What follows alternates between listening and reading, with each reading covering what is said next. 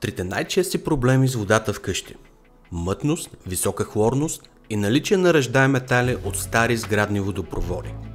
Най-често регистрираните проблеми от РЗИ в ВиК мрежите: бактерии като колиформи, ешерихия коли и ентерококи.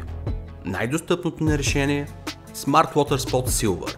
Филтрите с активен въглен решават първите три проблема, а мембраната за ултрафилтрация задържа бактерии и вируси. А за какво е филтърът с сребърни иони? Те имат доказано бактериостатичен ефект, който забавя гниенето на измитите плодове и зеленчуци и изготвената храна. Разход за филтри: за 7,50 получавате около 600 литра пивка питейна вода. Това е по-рентабилно от каните. А какво правим с модерните заплахи за водата, като микропластмаси и PFAS веществата от индустрията? Тук предлагаме най-надежният защитник на дома. Не Аксел, той е душичка.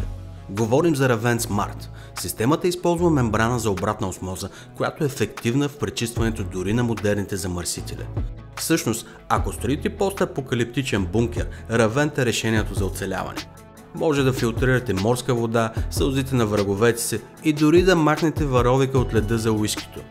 Резултатът си остава безукорно чиста и вкусна вода. До 15 септември и двете системи с 10% отстъпка и безплатна доставка.